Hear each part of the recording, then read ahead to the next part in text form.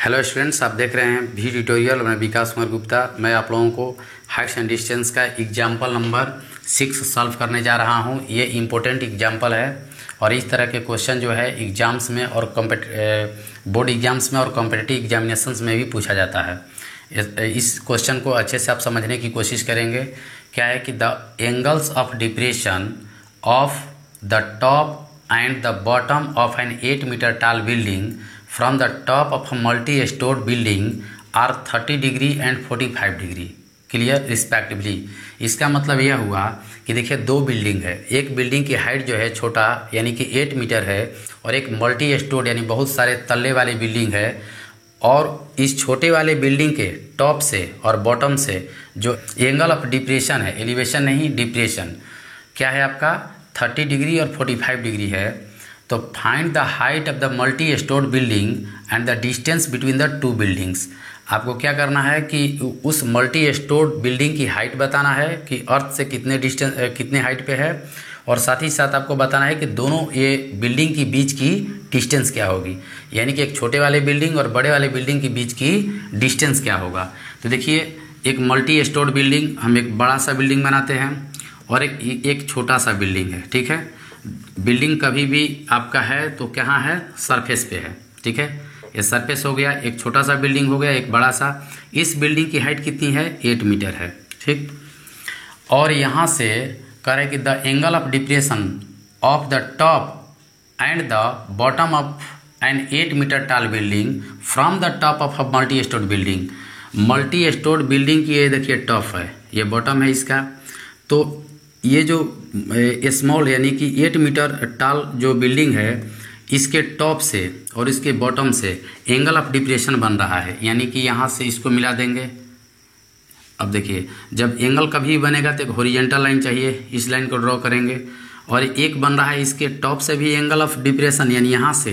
तो angle of depression means क्या कि आपको टॉप से बॉटम की ओर, टॉप से बॉटम की ओर, ये देखिए एक एंगल बन रहा है। और एक बनेगा आपको इस बिल्डिंग के टॉप से, 8 मीटर वाले बिल्डिंग के टॉप से बना एंगल एक, और एक एंगल यहाँ से बनेगा, ये देखिए इसके बॉटम से ये आपका एंगल बनेगा।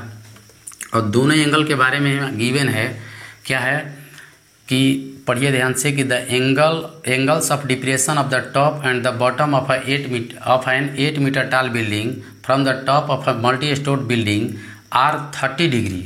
यानी कि पहले क्या बोला है टॉप, तो टॉप पे बना रहा है 30 डिग्री, और इसके बाद क्या बोला है बॉटम रिस्पेक्टिवली, यानी पहले टॉप बोला है तो टॉप पे 30 डिग्री क्या बनेगा, इसके बाद बोला है कि बॉटम यानी ये आपका 45 डिग्री का एंगल बनाएगा। तो ये देखिए बड़ा वाला जो ये आपका 30 है, तो ये भी आपका 30 होगा, क्योंकि ये दोनों लाइन क्या है पैरेलल है। और ये अल्टरनेट आप करेंगे तो ये अल्टरनेट, ये एंगल इस एंगल के इक्वल होगा। क्लियर। और ये कंप्लीट देखिए ये 45 है, तो आपका ये भी क्या हो जाएगा 45, क्योंकि ये भी साइड ये देखिए ये लाइन और ये लाइन दोनों आपस में पैरेलल होगा। इस ट्रांसवर्सल को लेंगे आप, तो ये कंप्लीट एंगल और ये एंगल दोनों आपस में इक्वल होगा।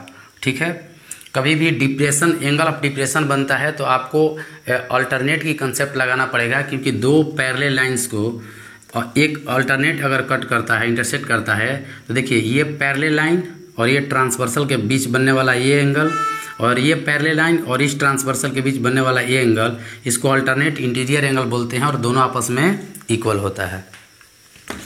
तो हमने फिगर को ड्रॉ कर लिया। अब आप खुद देखिए, पहले इसका नेमिंग करते हैं। A B C D E हो गया, और इस पॉइंट का नाम आप F दे सकते हैं। क्लियर। अब देखिए जब यहाँ पे DC की जो लेंथ है 8 मीटर है, तो ये इसके पैरेलल होगा, इक्वल होगा, क्योंकि ये D क्या है BC के पैरेलल है। तो जब D BC के पैरेलल है तो ये दोनों लेंथ होगा हमेशा, ये दोनों के बीच का जो डिस्टेंस होगा कहीं भी आप मेजर करेंगे तो सेम ही होगा। यानी DC की लेंथ 8 मीटर होगा तो B भी क्या होगा आपका 8 मीटर होगा। क्लियर। और हमें क्या करना है, इन दोनों बिल्डिंग के बीच का डिस्टेंस भी फाइंड करना है कि दोनों बिल्डिंग कितने दूरी पर एक दूसरे से है। तो इस प्रकार से हम क्या करेंगे, हमारे पास दो राइट एंगल ट्रायंगल आया ABC और एक आ गया आपका ADE। पहले आप बड़े वाले ट्रायंगल में चलेंगे, बड़े वाले में भी चल सकते हैं या छोटे वाले ट्रायंगल में भी चल सकते हैं, ADE। अब देखिए हमें बी की तो लेंथ पता हो गया, यानी ए का लेंथ नहीं पता है। तो ए का लेंथ कैसे पता करेंगे? सबसे पहले हम क्या करते हैं कि मल्टी स्टोर बिल्डिंग की जो हाइट है उसी को हम कुछ एज्यूम कर लेते हैं। हम सॉल्व करते समय इसको क्या करेंगे कि लेट द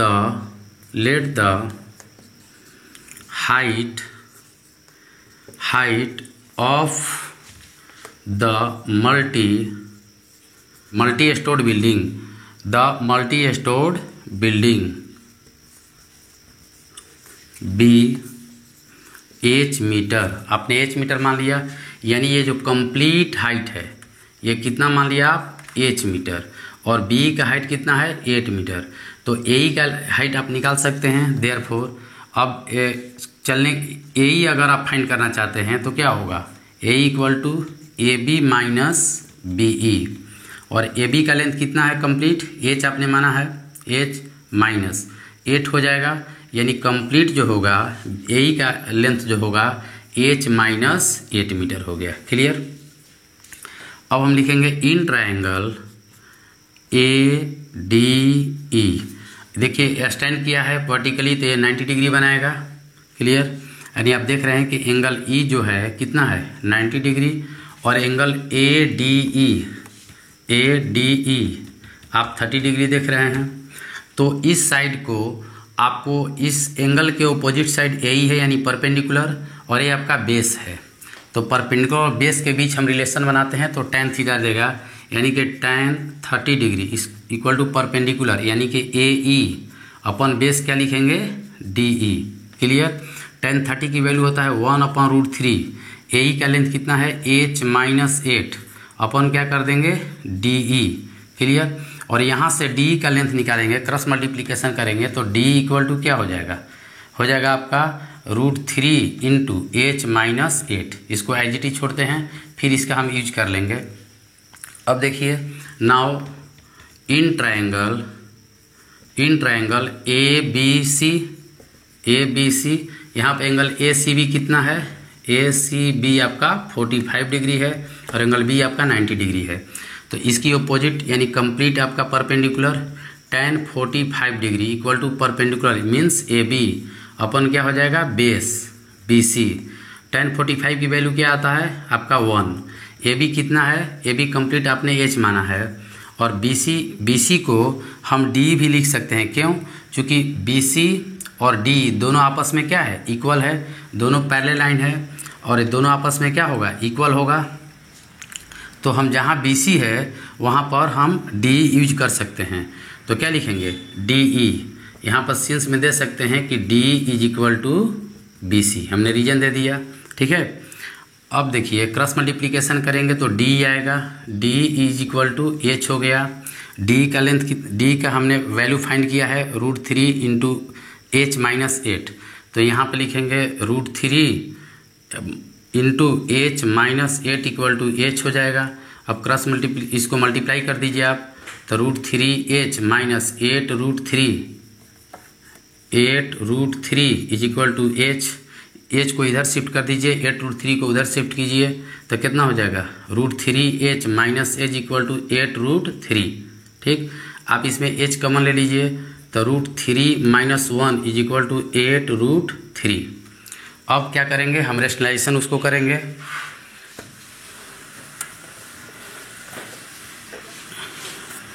अब देखिए h इक्वल टू फाइंड करेंगे तो 8√3 अपॉन √3 माइनस 1 हो गया। इसका रेशनलाइजेशन करेंगे तो √3 प्लस 1 अपॉन क्या हो जाएगा? √3 प्लस 1 होगा।